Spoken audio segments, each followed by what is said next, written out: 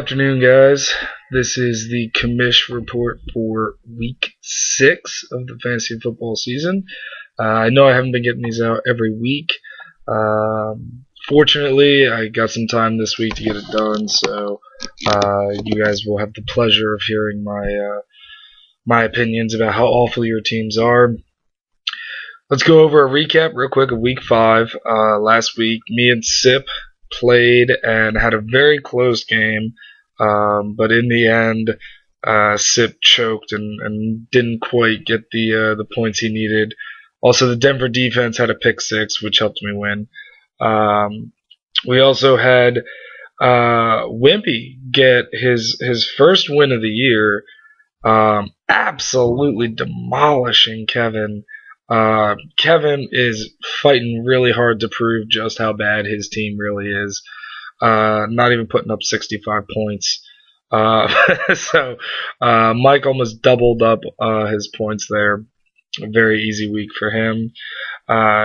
John came out of the gate real strong, had a lot of early players, and put up 155 on Jimmy to win. John is definitely got a strong team right now, but as I found out last week, injuries, even a couple of them, can really set you back. For those of you that didn't know, Jamal Charles has a torn ACL out for the rest of the year, so that's great. I'm just not ever going to take a first round pick for the rest of my fantasy career. So I'm just going to give that to you guys. You can have it, because what's the point? For those of you new to the league, every time I pick somebody in the first round, they are a dumpster fire. So it's never quite worked out for me. I'm just going to start in the second round next year.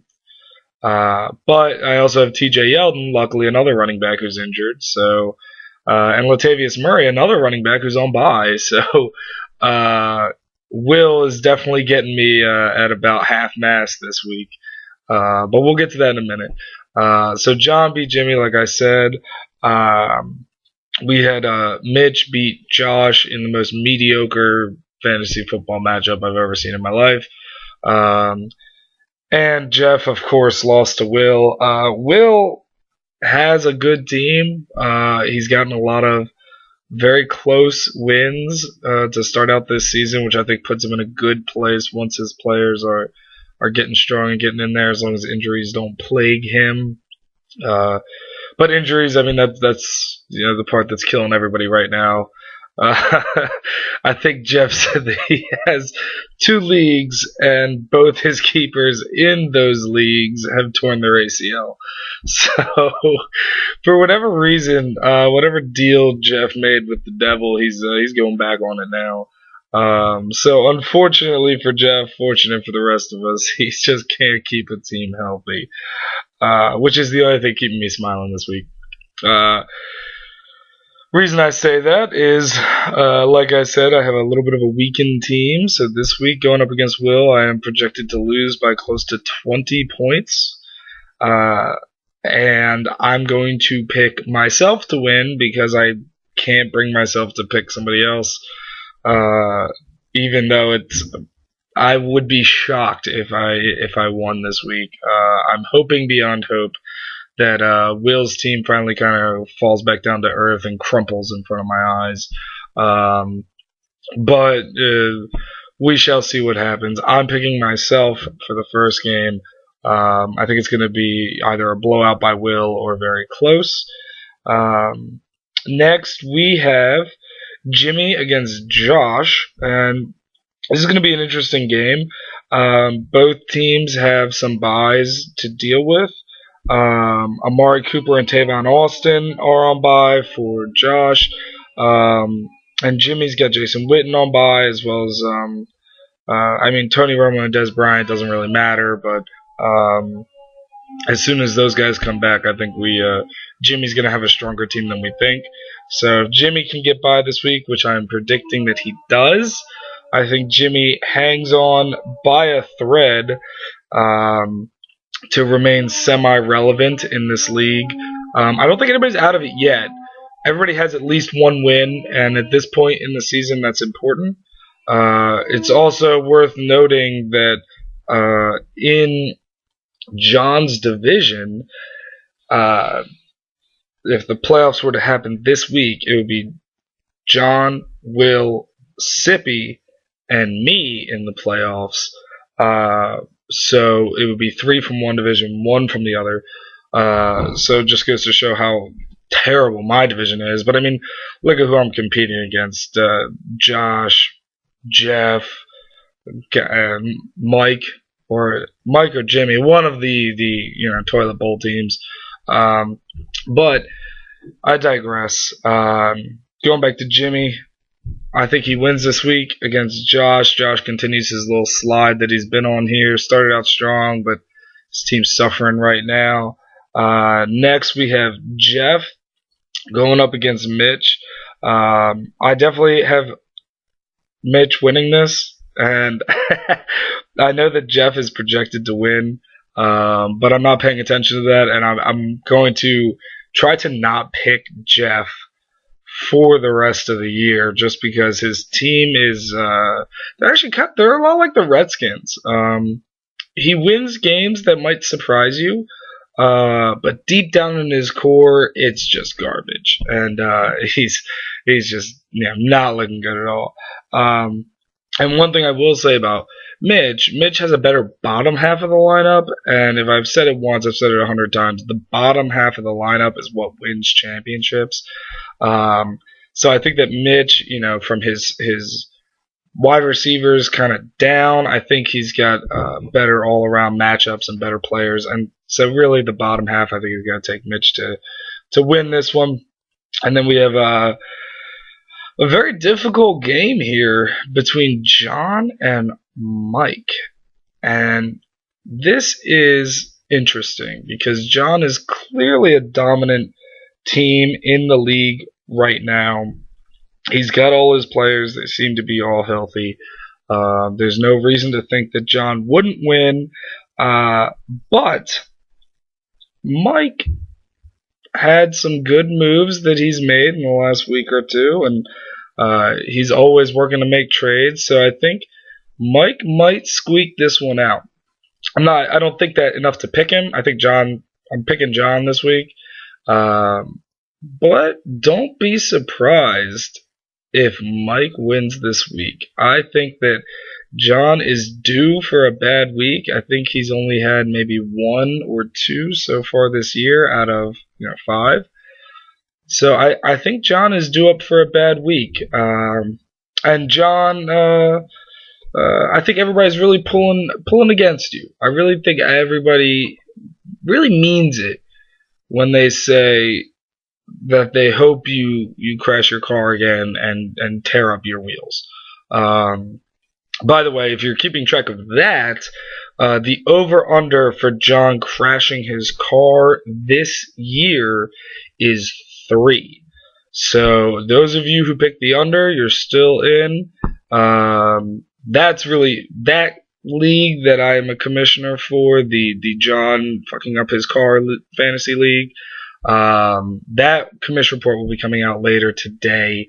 But just so you know, the over-under is 3. So those of you who took the under are still in good shape. But there's a lot of opportunities left. So we'll see how that goes. And then the last game we got is Kevin and Sippy. And I can't pick Kevin. I really can't. I want to. I really do enjoy when Sip loses.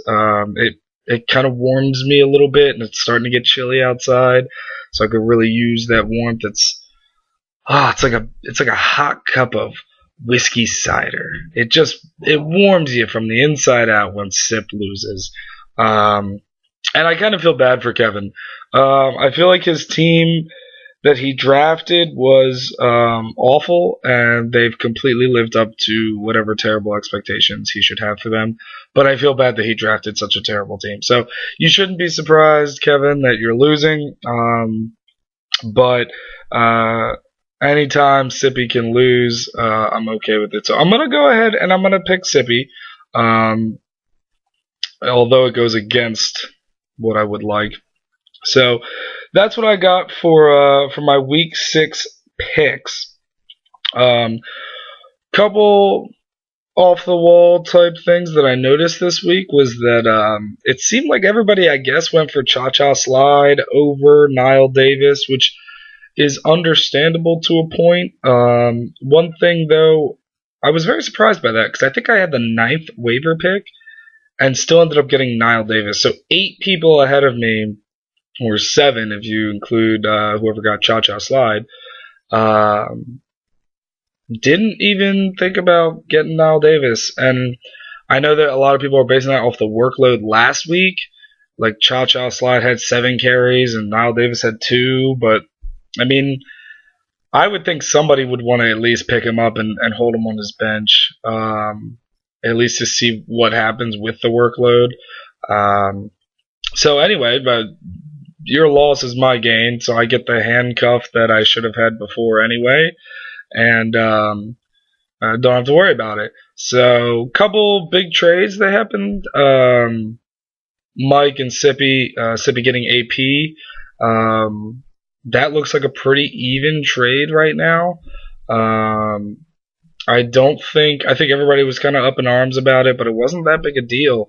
What was a big deal was Jimmy absolutely just murderous on Mitch's soul on this trade that they made, which involved Odell Beckham Jr. getting tossed, Alfred Morris, which I know, you got a running back by committee kind of going on in Washington, but I think Alfred Morris is still your feature back.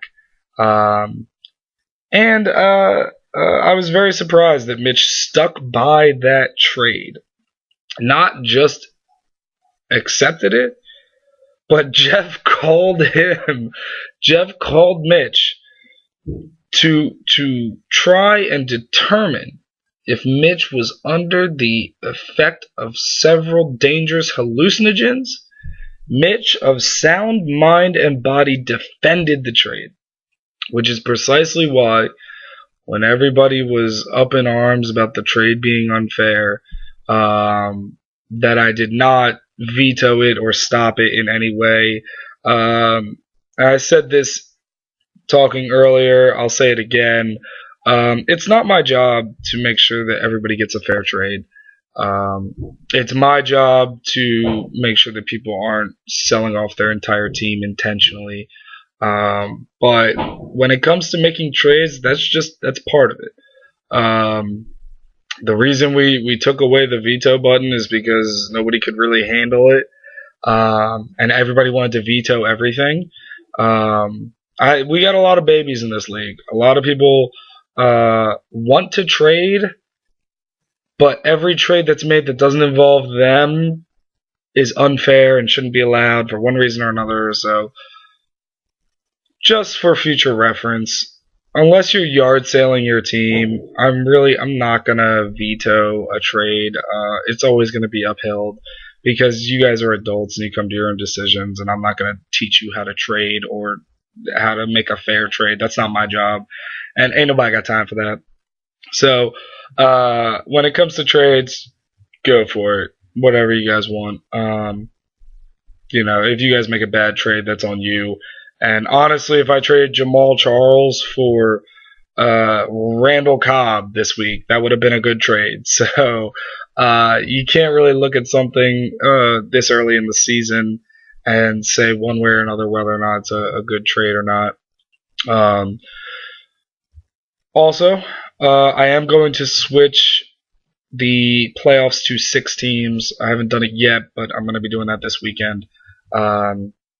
I know I talked about it before, but it's just a better decision for the league and keeps things interesting. So the more teams that get in the playoffs, the better, and it gives, I think, everybody a chance to make it. The 1 and 4 teams, which are, Jimmy, Mike, and Kevin, that gives them a chance to still fight for something and try and get in the playoffs. Obviously, it's happened before, so. Just a reminder on the standings. I'm on top of the FUBAR division by 2 games on Jeff and Josh. And Mike and Jimmy are pulling up the rear, or Jimmy's pulling up Mike's rear. There's a joke in there somewhere. But they're both 1-4, and they're both on the bottom, which is another joke in there somewhere. I digress. In the other division, Snafu, we got John on top pretty easily. Even though he's tied with Will, he's got more than 100 more points than Will. Let me say that again. Will has scored like 468 points. John has put up a massive 581. So that is the tiebreaker. So unless John loses, basically if John just keeps winning, he's in. As soon as Will gets that game on him, that point total doesn't matter. But that is going to matter going into the playoffs for seeding and for making it. So even if John slides a little bit, he does have a lot of points to cushion that. Behind John and Will are Mike and Mitch at 3 and 2, right in the middle of Will and Kevin. So it's Will, Mike, Mitch, Kevin. Nice little manwich going on there. So Will's at the head of the manwich, and Kevin's on bottom of the manwich. Just in case you guys are didn't get enough homosexual innuendo from the last division. There's a manwich in the second division. So just to let you guys know, that's where the standings are. I know you guys check this stuff every day, so it's not terribly important for me to remind you. But those are all my picks for this week. Like I said, I'm going to try and get these Commish reports out every week. If you are anybody on Will's team, may you have high ankle sprains.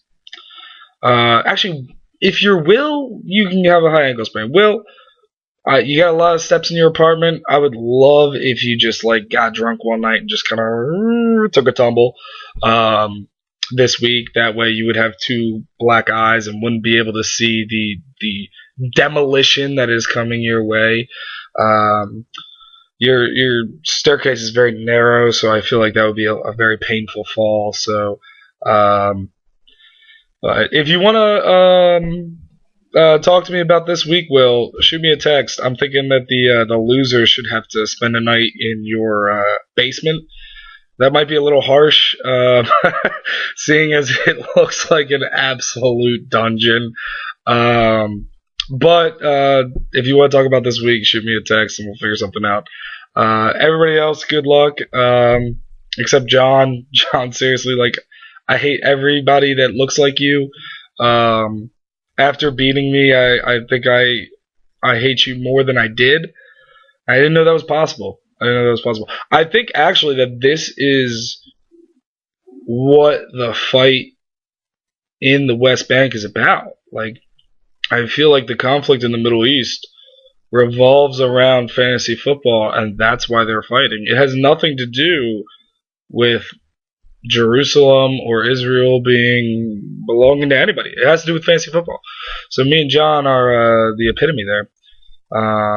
That being said, I hope somebody sends a rocket right through your bedroom window and blows up you and your dog. So have a great week, guys, and I will see you guys probably this weekend. See ya.